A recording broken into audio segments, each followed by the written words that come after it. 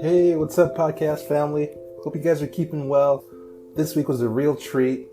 I had the pleasure of chatting with such an innovative, inspiring, entrepreneurial woman, Cathie Saroka. Cathie is the president and CEO of Goldray Glass. Her and her awesome team collaborate with architects, designers, and glazing contractors to create decorative architectural glass for projects across North America. On the podcast, we talk about navigating family business dynamics, women in business, what the true meaning of an entrepreneur is, social change, and much, much more. Remember to rate and subscribe to the podcast if you haven't already. You get awesome local leaders and entrepreneur stories each week, jam-packed with their unique insights. Leave me feedback at joe@codessa.io on some of the stories or questions you want to hear. I read them all, so please email me. Now to the podcast. Hope you guys enjoy.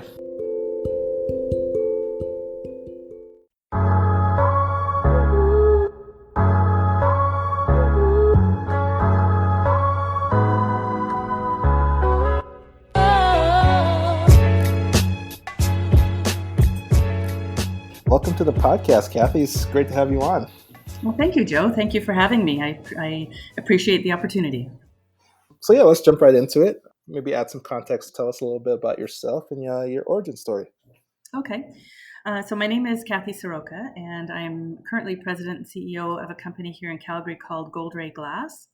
And we are an architectural glass manufacturer. So we make decorative glass for commercial construction projects all over North America. The company started, as far as origins, the company started in 1985, and my co-founder and I started it right from scratch. And I should mention my co-founder at the time was my husband. But we had, back then, no money. We had a small family, no money, no knowledge, no experience. We knew nothing about glass, not very much about business. And we actually started our business on a Hudson's Bay credit card, believe it or not. That's way back when when you could buy travel and briefcases and all the business things that you needed on a Hudson's Bay card. So and we started it as a family business. So my co-founder, his name was Greg. His dad worked with us. He was in his 70s and he worked with us right until he passed away. Kids worked with us right from age 8. We didn't have any money at the time either. So we really had to, as well as getting family involved, we had to do things that nobody else did. We couldn't compete with other glass companies that were in the market. So we became known as the company that did weird things. And so we would always get calls about, can you do this? And obviously we would always say yes. And then we would go back to our little shop and figure out how to do it. And, we just kept going on, innovating things, inventing new things, figuring out new things to do and what not to do. There's a lot of things that we invented that made zero money. So we had to let those go. But we did become known for our innovation. And as we grew the business, that is really what we're known for in our industry now, is being innovative and coming up with new ideas and new solutions on how to solve problems in architecture and construction and design. I know, too, that in doing that, we've actually helped to move our industry forward. The decorative glass business back in 1985 was virtually zero. And we did a lot of work in building the business both in Canada and the US and building up the industry. So over 35 years that we've been in business, I think we've definitely had an impact there. And I'm very proud of that part of it. Just out of curiosity, though, were you a very entrepreneurial kid growing up? Well, when I think back, my parents had their own business for most of my life. And so I worked with them as a kid. And it feels very normal to me to have my own business. I've definitely had other jobs in the past. I don't know anybody who hasn't worked as a server in a restaurant or anything like that. But working on my own business feels a lot more right to me. And it's certainly not without its challenges. Definitely owning a business is not for the faint of heart. I know I'm very cognizant of the fact that I'm ultimately responsible for everything that happens within our company. Over the years, we've had lots of ups and downs. It's been hard work, sleepless nights. Even now, we've got sleepless nights because of the situations that we're in as a world. But when you're building your own business, it means, to do it successfully, it means that you have to do it differently than everybody else. So you don't ever know what your next step is going to be. You're charting a new course. There's no manual that you have to follow. So it's quite different in the way that some people decide to have a career, and some people really thrive in that. Some though are more suited to being the rocks that really help us to get the business to where they're going. And I certainly work with a whole lot of big, strong, talented, and brilliant rocks in my company. Absolutely. It's about the team you surround yourself around. You mentioned that you've been in business for 35 years now, and you started with humble beginnings. But what made you want to pursue a career in the glass industry? Well, the glass part was kind of an accident. Greg, who was my co-founder, he used to work for the Brick Warehouse, the furniture store, back in the 80s. And he noticed that every piece of furniture that was delivered with decorative glass it was broken. And so we thought, well, there's a hole in the market and an opportunity here. So we thought, well, let's just jump in and do that. So that's what we did. Uh, his family is fairly entrepreneurial. His dad always ran his own businesses as well, and so both of us had that background, and it just felt very right and very normal to just jump in and mix it up and see what happens. That's the best way to do it. Yeah. Well, I don't know that I'd recommend that, but it is what we did. um, what's what's one thing for you, Kathy, that you wish you would have known when you first began your career? Actually, there's a couple of things, Joe, that I wish that I had realized earlier than I did. The first one, like we started our business back in the mid 80s, and women in the 1980s didn't really use their voice as much as we do now.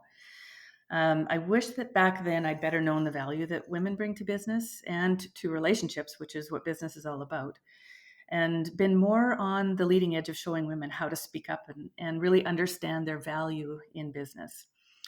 I find that with every generation, we get better at some things, and I believe that this is one of them. We're certainly much better than we used to be as women in business, but we're not there yet.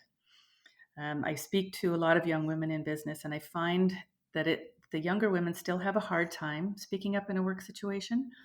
And I'm working hard to change that in my own company and some other groups that I'm involved in. But it is so important that every single person understands their value and understands what they bring to the table.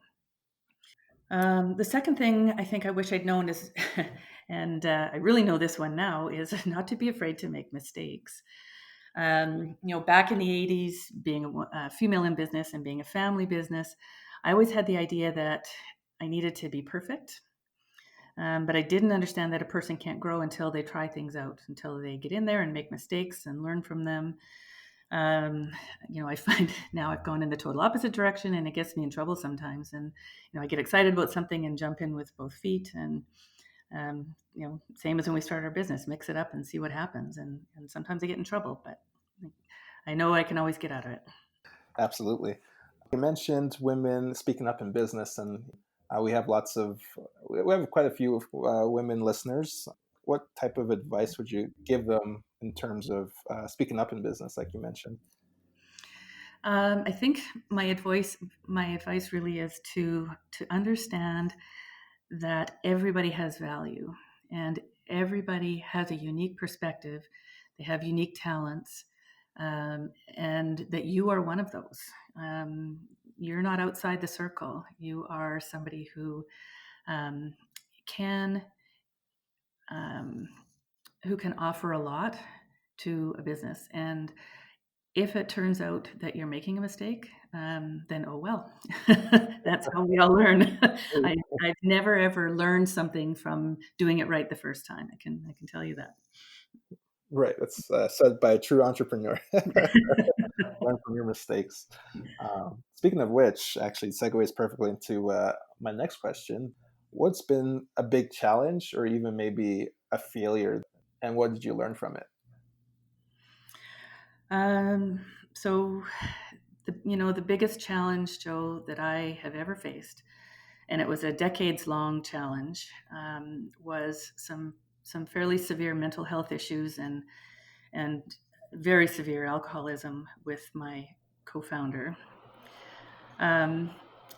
So through at least 2 decades, those issues caused a whole lot of volatility in our business, and we had many challenges through that. Decisions were made, like he was the president at the time. Decisions were made that put the company and the family at risk, like many times over. And making it a bigger challenge even was that this is a family business. Our whole family is working in this business. There's a lot of complexity. There's a lot of emotion. And up until recently, nobody ever talked about it. It was a secret that we kept for decades, that this big monster was going on in our lives. It got to a point where, as president, he was missing work. He'd miss a day, then miss a week, then a month, then 6 months. As a family, we just continued to run the business, but with the mindset of, he is our family member. He needs to focus on getting better, and that he will be able to come back. That isn't the case, though. Things just progressed to get worse and worse and worse. And our company was going down further and further and further. And we realized too that, our company is made up of all family members. Everybody in our company is family. And we had to decide, my son was running the business with me at the time. We had to decide, what is really important to us. And what was important is the 100 people that we work with, and their ability to have a job and to take care of their families. That was what was important. So we had 2 choices. We could continue on the way that we were going and let things go down, or we could completely change our focus and push ahead and bring the company back up to where we knew that it needed to be in order to keep our family employed, our whole big family. It certainly wasn't a straight path. For sure. It was up and down and up and down. But we've continued and persevered, and now we're pushing forward again to grow the company and pass it along to the next generation. My son and daughter, within less than 5 years, will be running the whole show. So that was definitely the biggest challenge. And I look at all the other challenges that we had with having locations that didn't work out, or bad years, and everything was all connected just to this one overarching issue that we had. Throughout all of it, though, one of the bonus learnings that we had is that family is really all about values. And, I belong to a lot of different groups, and throughout this pandemic, when everybody's working from home, we've had a lot of different Zoom calls and different conversations. And one of the conversations in one of my groups was whether or not family belongs in business. And really half the people in the group thought, family doesn't belong in business. Business is business. And, if you allow family in, then what you're going to get is like lazy cousin Joe who has a job just because he's your brother or your cousin. But the other half of us that run family businesses had a completely different thought. And, our thinking is we have a family business and it is working. But the conclusion we came to was that people that embrace the same values that we have, whether we work together or whether it's those values in our personal lives, that is all of our family. And I'll tell you, it's a really great feeling. It's very heartwarming to be able to choose who's in your family, both in your work family and in your personal family. And that was a big learning for us. For you, Cathie, how did you manage making such difficult decisions in your career? What skill would you attribute helping you make those decisions? Well, I think my unique skill is resilience. I'm certainly not the smartest person in the world or best looking or more talented, but I'll tell you, nobody can beat me in resilience. So, I've talked about we've had a lot of ups and downs in our company over the years. But I've never stopped pushing ahead to make things work. And sometimes it's been super hard. Sometimes I've met with resistance or naysayers or people that thought that I couldn't do it. But my focus is always crystal clear. keep the company going, make sure our people have jobs so they can take care of their families, because really that's what it's all about. I'm probably the only MBA you'll ever meet that doesn't really care about money. But our people is what really keeps us focused in growing our company and being able to develop them into the people that they can be. So resilience too, I find, is not just for business owners. I was watching a video once, a few months ago. Denzel Washington was talking about his experience in his industry, which is totally different than mine. And he's talking about how resilience plays a part in every single industry. His comment was, "Fall down 7 times, get up 8." And nobody that is at the top of their game, I find, got there easily. It always takes hard work and focus and determination, and definitely resilience. You can never give up, regardless of what your industry is and what your job is. Absolutely. And I think resilience now more than ever with what's currently going on around the world with obviously the pandemic. How have you been able to adjust, and how are you dealing with things the last 90 days? Um, well, again, absolutely no playbook. When and when all of this very first started, the beginning of March, or end of April, or sorry, end of February, probably, one of our advisors had said to me, like, "Are you going to put together a plan for this virus?" And I said, "No, no, no. I'm not going to play into this situation that's going on." And then about a week later, I thought, "Wow, that was a really bad decision." Because you can see what's happening in the world. And when I was paying closer attention to it, it was a really big threat to businesses, to people, to everybody. So I didn't really know what to do. So what I decided to do was sit down and talk with every single person in our company. There's 100 of them there, and I spent about a week or a week and a half just sitting down individually with everybody to find out, what they're dealing with in their lives. This was a time right when the daycares and schools were closing. So, what kind of effect is that going to have on you? Do you have elderly parents that you're living with? Do you have, immune compromised people that you live with? And that was probably one of the most impactful things that I've ever done in my life, is to sit down. And I've worked with these people for years. I know them. It's not like I don't. But to hear the actual individual situations that people are dealing with was extremely impactful for me. And so, with all of that in mind, we built our plan to make sure that we're supporting all of our people, not just at work. That's important. We have safety protocols. We've definitely gone overboard on the safety, but I'd certainly rather do that than have one case of the virus come into our building. And also supporting whatever their personal situation was. We built a plan. We've been very successful so far at not having the virus come into our company or our business at all.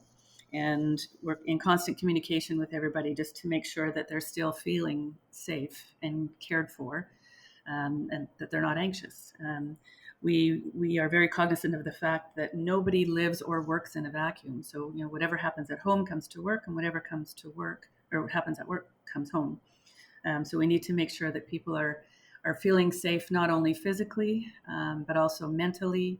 And a big one too is financially. If they have that financial safety, then I think we've done our job. Stepping back into your career, Cathie, what advice would you give somebody wanting to pursue a career similar to yours, or even in the glass industry? So I think for me, glass is almost irrelevant. It's a great business and I love it. And I love our products. I love our industry. But the fact that, I can really think of no better role for myself than running my own business and driving my own bus. Um, it isn't for everybody, for sure. And as we talked about before, I can only succeed in my role because of the amazing people that I work with. So I guess my advice to somebody would be to choose a path that you're intensely curious about or passionate about or that you love. And one of the quotes that I really like when talking about an entrepreneur is by Gary Vaynerchuk. He says, when you run your own business, you're going to go through a time when you're not going to make any money. He says it's not going to be a week or a month or a year. It's going to be years. So during that time, if you don't love what you do, it's going to be really hard to stick it out. And if you don't enjoy what you're doing, you're going to be much more likely to quit when stuff's hard. He didn't say stuff, but you get the picture. Oh, trust me, I'm a big Gary Vee fan as well. So, I mean, being in business for yourself, you do have to be okay with uncertainty. You do have to be okay with the buck stopping with you and knowing that you are ultimately responsible for your company's success or failure. If you can do that, then I think you can be a very successful entrepreneur.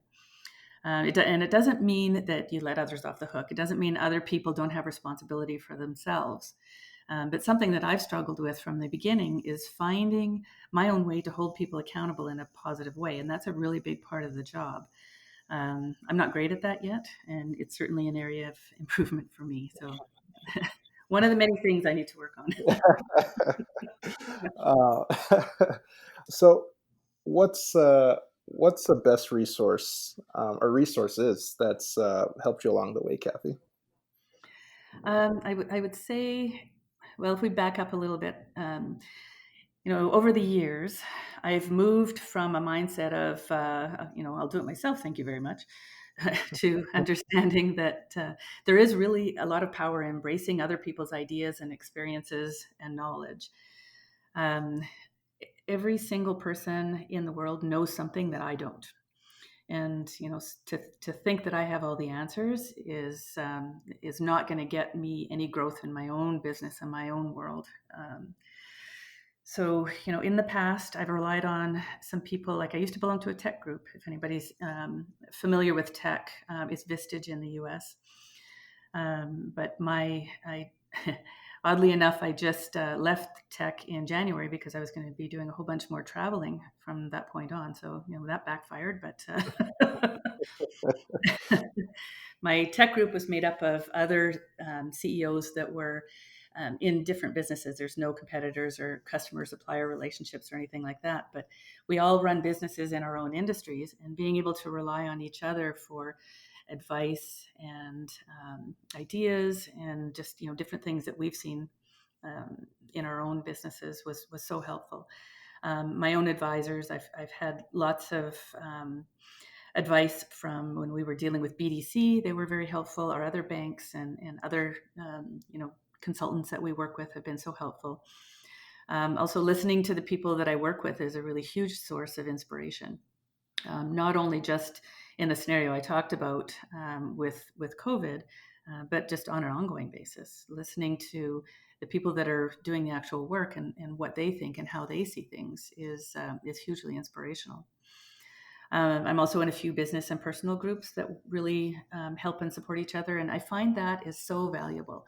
I read Harvard Business Review and all that kind of stuff, and that's great. But it's the actual people that I talk to that I find to be the most helpful and the most inspirational.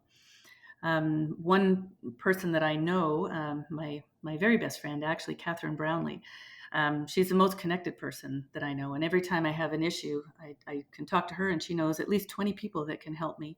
She puts me in touch with so many different people. But she also taught me about the power of having, she calls it a love army. But that's people in your life that you trust and respect and you can reach out to for advice. And that's just been so helpful as well over the last few years. So really my best resources are lots and lots of other people with wildly different backgrounds and different ideas. And I find, as an entrepreneur and as a business owner and as somebody who is always wanting to learn and grow, it's so important to bring people into your circle that think completely differently than you do.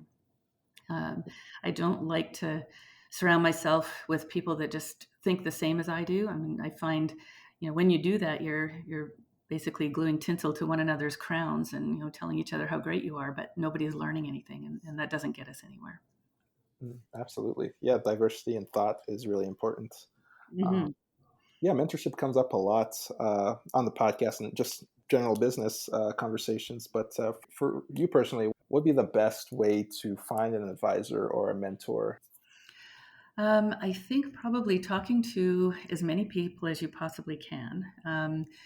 First of all, get clear what you're looking for, and talk to people and get connected, and then talk to more people, and just find that person or group or people or advisor that is going to challenge you and not let you get away with just doing things the way that you've always done them.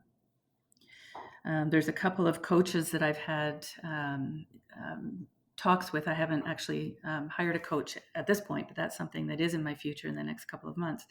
But both Stan Peak and Eric Kroll, I've had lots of conversations with, and they are so good at really challenging what you think and really asking those deep questions that make you think differently.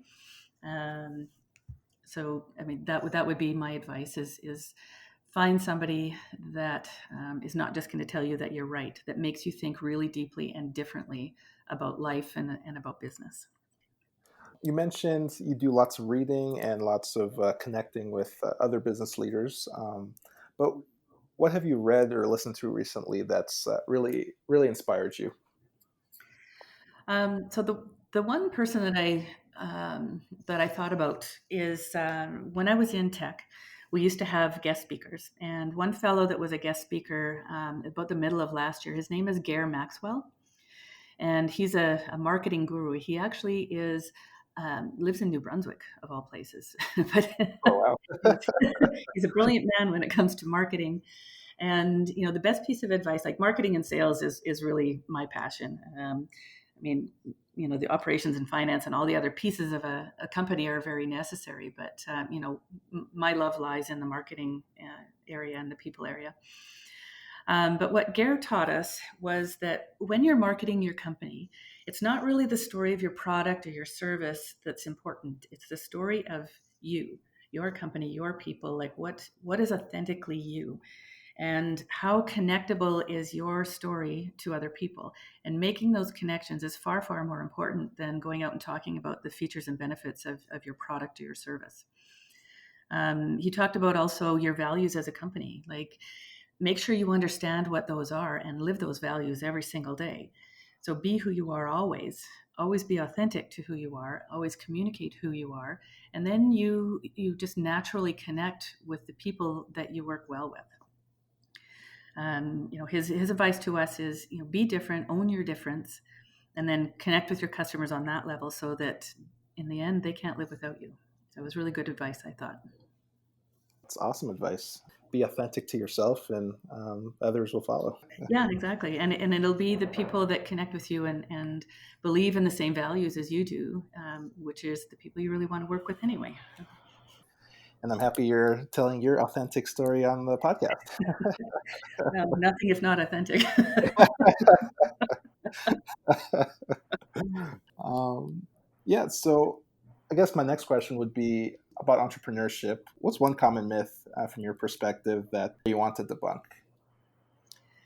um, I think that a common myth that I see is that women in business are disadvantaged. Mm. Um, I know a lot of very successful women, but I also know a lot of women who feel, and men that feel that women in the workplace are at a disadvantage. I do firmly believe, though, that as women, it's in it's our mindset and our own beliefs that get in the way of us being more successful when that's happening.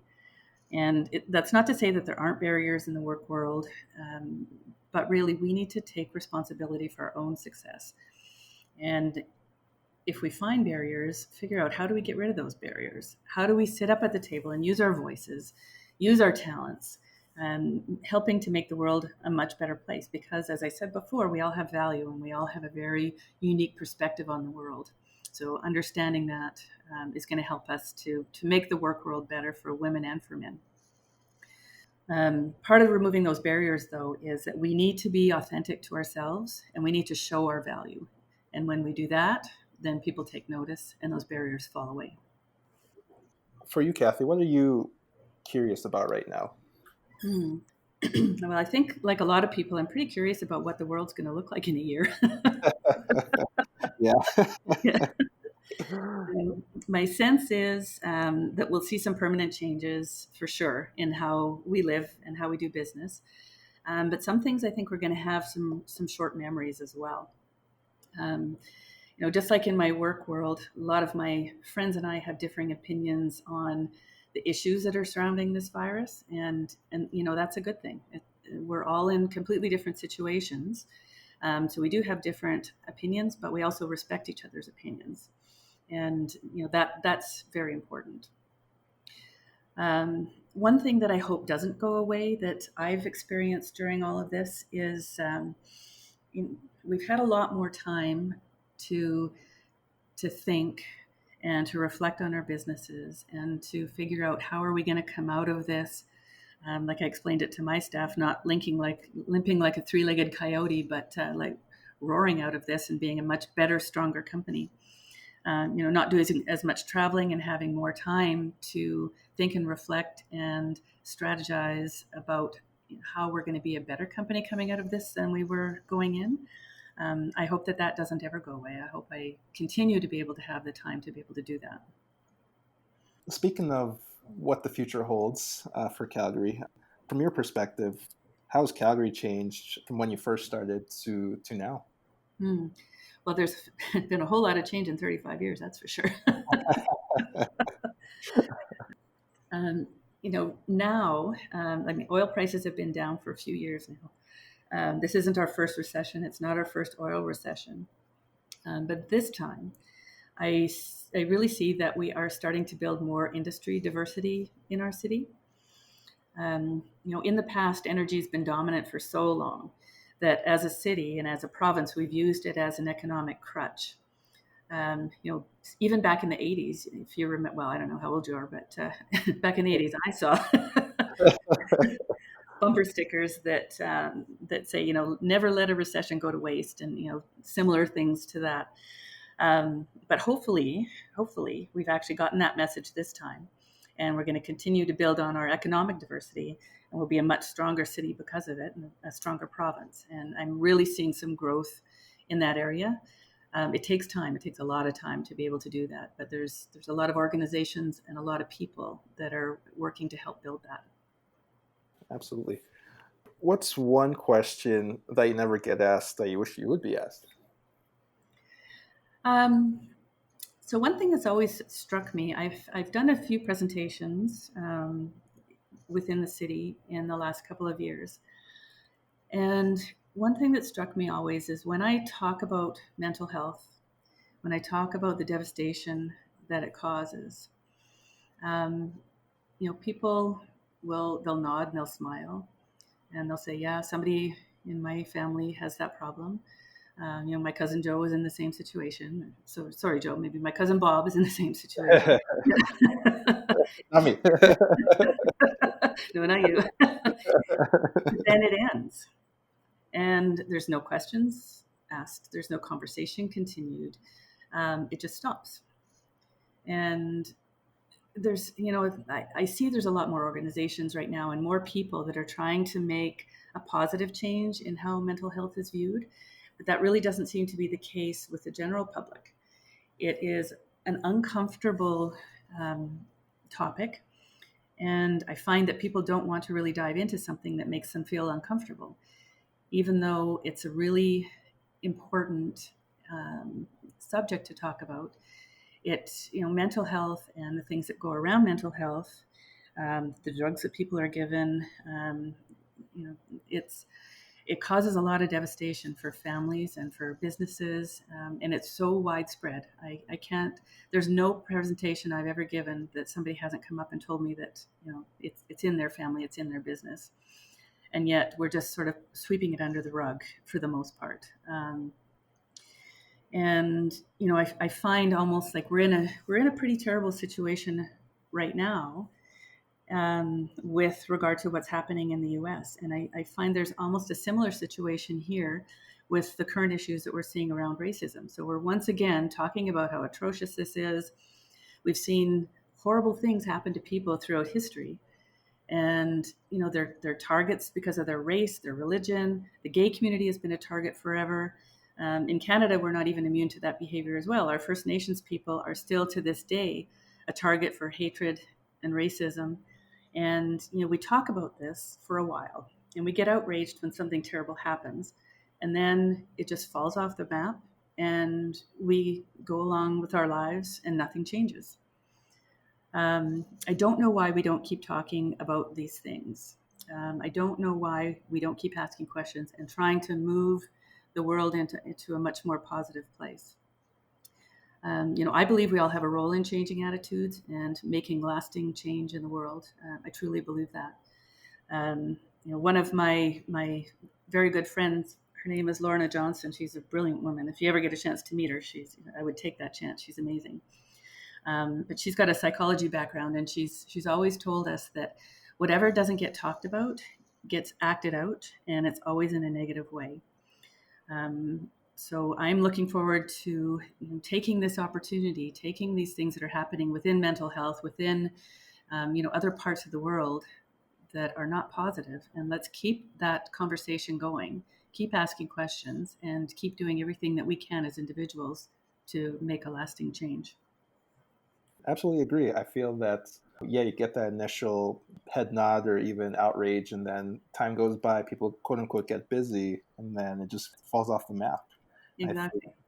I think talking about it more is a great way to continue the conversation and even spread more awareness to the issues that are involved. Mm-hmm. I agree. Well, Cathie, it's been great to have you on the podcast. Where can our listeners connect with you online? You have such great insights and stories and great topics of conversation. So, where can our listeners connect with you online? Well, I'm on LinkedIn for sure.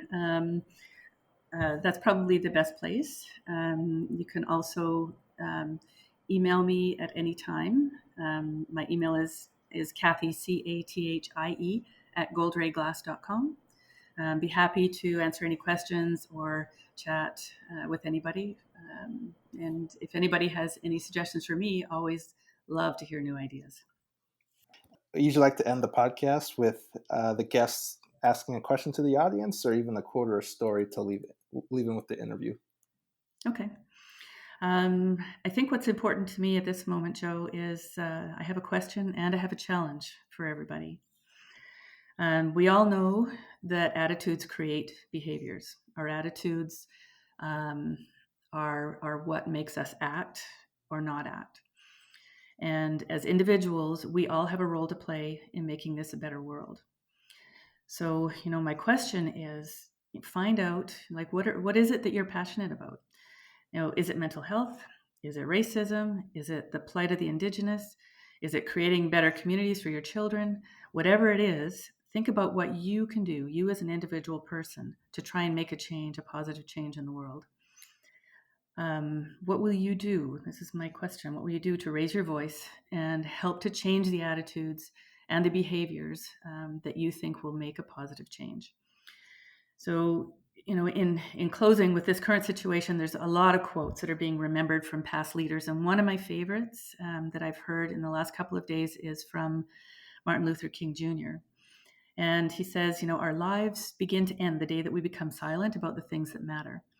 And he was talking about racism against Black people back in the 1960s, but this also fits with any situation that we find intolerable and that we want to affect change. So my question is, what are you going to do so that we can march ahead with positive change in the world and not let it fall by the wayside once again? What are we going to do to make sure that we're not wasting this current situation?